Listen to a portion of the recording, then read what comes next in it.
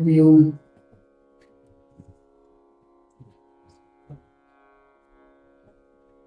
എല്ലാ വേദിയിലും പോകുമ്പോഴും നമ്മൾ അധികമൊന്നും സംസാരിക്കാറില്ല. നമുക്കെപ്പോഴും കഥ പറയാനാണ് ഇഷ്ടം.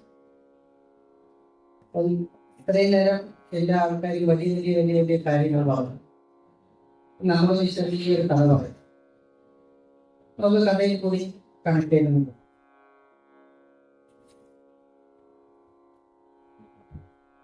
ഒരു ഗ്രാമത്തില് വലിയൊരു ഭക്തനുണ്ട്.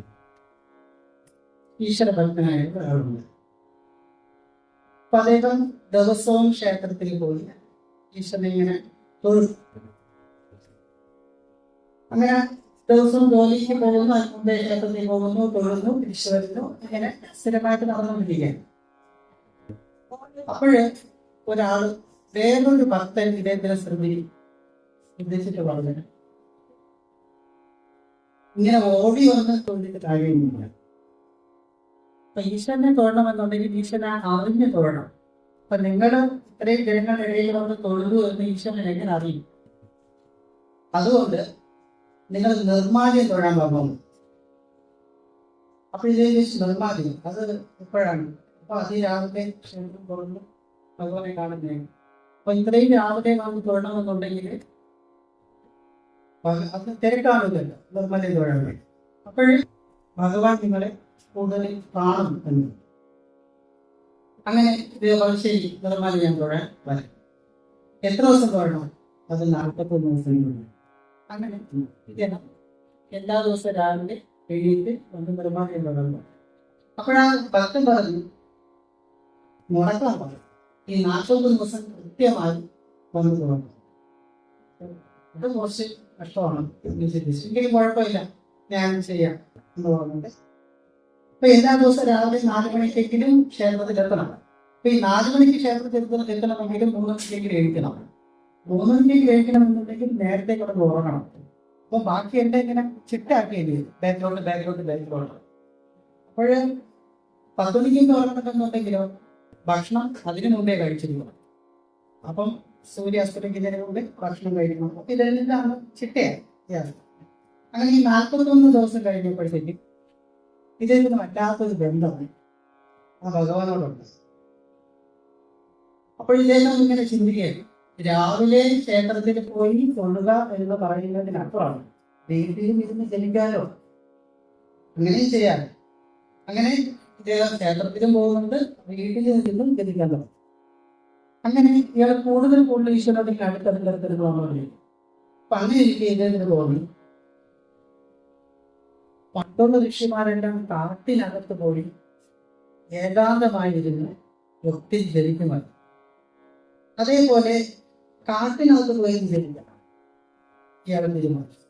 അപ്പൊ അതിന് അദ്ദേഹം ലീവൊക്കെ എടുത്ത് ഭാര്യയുടെ പെർമിഷൻ ചോദിച്ചു, ഞാൻ ഇതേപോലെ 1 മാസത്തേക്ക് കാട്ടിനകത്ത് പോകുന്നു, ധ്യാനവും ജപമൊക്കെ ചെയ്യാൻ പോകുന്നു, നിനക്ക് എന്തെങ്കിലും പരാതി ഉണ്ടോ? ഇപ്പൊ വൈഫ് കുറച്ച് കുഴപ്പമൊന്നുമില്ല, പക്ഷെ 1 മാസം കഴിയുമ്പോൾ തിരിച്ചിവിടെ വരണം, കാട്ടിൽ തന്നെ നിന്നോളായിരുന്നു. ശരി, ഞാനങ്ങനെ പോകാൻ പറഞ്ഞിട്ട് അദ്ദേഹം കാട്ടിൽ പോയി പുഴയുടെ അതിനകത്ത് വളരെ കംഫർട്ടായിട്ടുള്ള ഒരു സ്ഥലമൊക്കെ കണ്ടുപിടിച്ചിട്ട് അവിടെ നിന്ന് ജനിക്കാൻ തുടങ്ങി. അങ്ങനെ ജനിച്ച് കുറേ കഴിഞ്ഞ് അദ്ദേഹം ധ്യാനത്തിലോട്ട് പോയി. അങ്ങനെ കണക്ട് ചെയ്ത് നമ്മുടെ സമയത്ത് സാക്ഷാൽ ഭഗവാൻ അദ്ദേഹത്തിന് മുന്നിൽ പ്രത്യക്ഷപ്പെട്ടു. ഇങ്ങനെ മുന്നിൽ പ്രത്യക്ഷപ്പെട്ടിട്ട് ചോദിച്ചു, എന്താണ് നിനക്ക് വേണ്ടത്? അപ്പോഴാണ് ഞാൻ ചിന്തിക്കുന്നത്, ഞാൻ പ്രത്യേകിച്ച് കണ്ടീഷൻസ് ഒന്നും മനസ്സിൽ ചിന്തിച്ചിട്ടില്ലേ. പെട്ടെന്ന് ഭഗവാൻ ചോദിക്കുകയാണ്, അപ്പൊ ഇനി എന്താണ് കൊടുക്കേണ്ടതെന്നുള്ള ഒരു പിടിയില്ല, എന്താണ് അല്ലെങ്കിൽ ചോദിക്കേണ്ടതെന്നുള്ള ഒരു പിടിയില്ല എന്നുള്ളത്. അപ്പൊ അദ്ദേഹം ഇങ്ങനെ ആലോചിച്ചിട്ട് ഇയാളെ ചിന്തിച്ചു, എനിക്ക് ഈ ഭഗവാനെ കാണാൻ പറ്റിയത് വൈഫ് പെർമിഷൻ തന്നോണ്ടാണ്. അപ്പൊ ഈ വൈഫിനടുത്ത് പോയി ചോദിച്ചിട്ടില്ല എന്നുള്ള ആംഗിളിൽ ഇതിൽ ഭഗവാനോട് പറഞ്ഞു, എനിക്ക് എന്റെ ഭാര്യയോട് പെർമിഷൻ ചോദിക്കണം, അത് എന്താ വേണ്ടതെന്നുള്ളത് ചോദിക്കണം. അപ്പൊ ശരി പോയിട്ട് കാണും. എന്നിട്ട് വീണ്ടും ഭഗവാനോട് പറഞ്ഞു, ഞാൻ വൈഫിന്റെ അടുത്ത് ചോദിക്കുകയോ എന്ന് മാത്രമല്ല, അവളും കൂടി വന്നു കഴിഞ്ഞാൽ അങ്ങനെ കാണാൻ പറ്റില്ല. അതുകൊണ്ട് ഞാൻ അവിടെയും കൂടെ കൂട്ടിക്കൊണ്ടുവരട്ടെ. അപ്പൊ ഭഗവാൻ പറഞ്ഞു, ശരി, നിന്റെ ഭാര്യയാണല്ലോ, ആയിക്കോട്ടെ, നീ വരുന്നത് വരെ ഞാൻ ഇവിടെ തന്നെ ഉണ്ടാവുന്നു. ഇതിന് ഭയങ്കര സന്തോഷമായി. വൈഫിനെയും കൂട്ടിക്കൊണ്ടുവന്ന് ഭഗവാനെ കാണിക്കാറ്. അപ്പോൾ ഇദ്ദേഹം നേരെ വീട്ടിലോട്ട് പോവേ. അപ്പൊ കുറെ കഴിഞ്ഞിട്ട് നടന്ന് ദിവസം വീണ്ടും അതേ ചിന്തിക്കുകയാണ്, ഭാര്യയെ മാത്രം ഞാൻ വിളിക്കുന്നതിനാണ്. ക്ഷേത്രത്തിൽ പോയി തൊഴുതുകൊണ്ടിരുന്ന എൻ്റെ അടുത്ത് നിർമ്മാല്യം തൊഴണമെന്നൊക്കെ പറഞ്ഞത് ഒരു ഭക്തനാണ്. അദ്ദേഹം എന്നെ കാട്ടി എത്രയോ വർഷത്തിന് മുന്നേ ഭഗവാൻ ഇങ്ങനെ ഭക്ഷിച്ച ഒരാളാണ്. അപ്പൊ അദ്ദേഹത്തിന് കൂടെ വിളിക്കാം എന്ന് ചിന്തിച്ചു. അങ്ങനെ ഇയാൾ നടന്നു പോകുന്ന സമയത്ത് ഇദ്ദേഹത്തിന്റെ മനസ്സിൽ ഇങ്ങനെ ലിസ്റ്റ് കൂടിക്കൊണ്ടേയിരുന്നു, ആരെയൊക്കെ വിളിക്കണമെന്നുണ്ട്. അദ്ദേഹം മാത്രം വിളിക്കുന്നതിനാണ്, വേറെയും ഇഷ്ടംപോലെ ഭക്തന്മാരോടെ ഉണ്ടല്ലോ, അവരെല്ലാവരും വിളിക്കണം. പിന്നെ ചിന്തിച്ച്, ഞാൻ എന്തിന് ഭക്തന്മാരെ മാത്രം വിളിക്കണം, ഈശ്വര വിശ്വാസം ഇല്ലാത്ത കുറെ ടീമുകളുണ്ട്, അവരെ വിളിക്കണം. അങ്ങനെ ഇദ്ദേഹം വലിയൊരു ലിസ്റ്റാണ്. ആ ലിസ്റ്റിൽ ഇങ്ങനെ ആലോചിച്ച് ഇങ്ങനെ പോയി കുറെ കഴിഞ്ഞപ്പോൾ അങ്ങനെ വേണ്ടി മുന്നോട്ട് നടക്കുന്നില്ല, അവിടെ നിൽക്കുകയാണ്. എന്നിട്ട് അടുത്ത് കണ്ട വിറകെല്ലാം ശേഖരിച്ച് അവിടെ ഇങ്ങനെ കൂട്ടിയിട്ടിട്ട് അത് ഇദ്ദേഹം അതിൽ ചാടിയുമാണ്. ഇതിന്റെ ജീവൻ അവിടെ നിൽക്കണം. അപ്പൊ നമുക്ക് തോന്നാം, എന്തിനാണ് അദ്ദേഹം അങ്ങനെ ചെയ്തതെന്ന് തോന്നാം. കാരണം അദ്ദേഹം ചിന്തിച്ചത് എന്താണ്, ആ ഭഗവാനെ കണ്ടിട്ട് ആദ്യം ഓരോ ആൾക്കാരെ കാണിക്കണം എന്നുള്ള ചിന്തയിലാണ് മുന്നോട്ട് പോയിക്കൊണ്ടിരുന്നത്. പിന്നീട് ഇങ്ങനെ ചെയ്യാനുള്ള ഒരു കാര്യം, ഞാൻ തിരിച്ചു വരുന്ന ഒരു ഭഗവാൻ അവിടെ ഉണ്ടാവും എന്നല്ലേ പറഞ്ഞത്. അപ്പൊ ഞാൻ തിരിച്ചു പോകുന്നില്ല, പോകാതിരിക്കുന്നത് പറ്റും, ഭഗവാൻ അവിടെ പെർമനന്റായിട്ട് നിൽക്കും. അപ്പോഴെന്താണ്, ആ ദേശത്തിന് മൊത്തവും നല്ലതുണ്ടാകും. അപ്പൊ ശരിക്കും ആ ഭക്തന്റെ അവസ്ഥ ഇതാണ്, ഒരു റിയൽ ഭക്തന്റെ അവസ്ഥ ഇതാണ്. ആദ്യം നമുക്ക് വേണ്ടിയിട്ടായിരിക്കും നമ്മൾ ജനിച്ചു തുടങ്ങുന്നത്.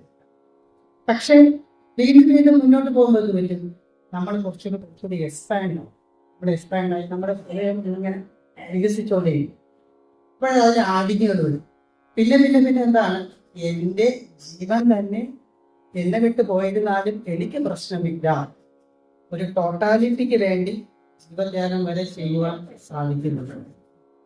അപ്പൊ യഥാർത്ഥ ഡിവോഷൻ ഇങ്ങനെയാണ്, നമ്മുടെ റിയൽ ആയിട്ടുള്ള ഒരു എക്സ്പാൻഷൻ നമ്മൾ നടക്കണമെന്നത്. നമ്മുടെ രാജേന്ദ്ര സ്വാമി ഏകദേശം അത് തന്നെയാണ്. ഈ കഥയുടെ ഉദാഹരണം പോലെയാണ്. ദേവ്യപാതയിൽ പോയത് സ്വന്തം ആവശ്യത്തിനാണ്, അവിടെ പോയി ചെന്നിരുന്ന ആളാണ്.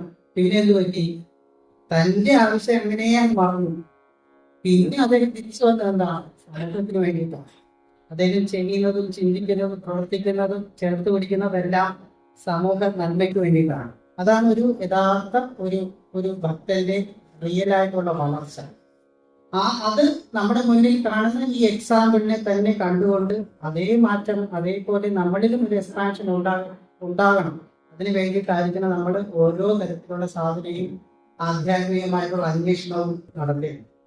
എന്തായാലും ഇങ്ങനെ ഒരു നല്ലൊരു വേദിയിൽ 2 വാക്ക് പറയുവാൻ ഒരു അവസരം തന്നതിന് എന്ന് പറഞ്ഞുകൊണ്ട് നിർത്തുന്നു. കഴിഞ്ഞു.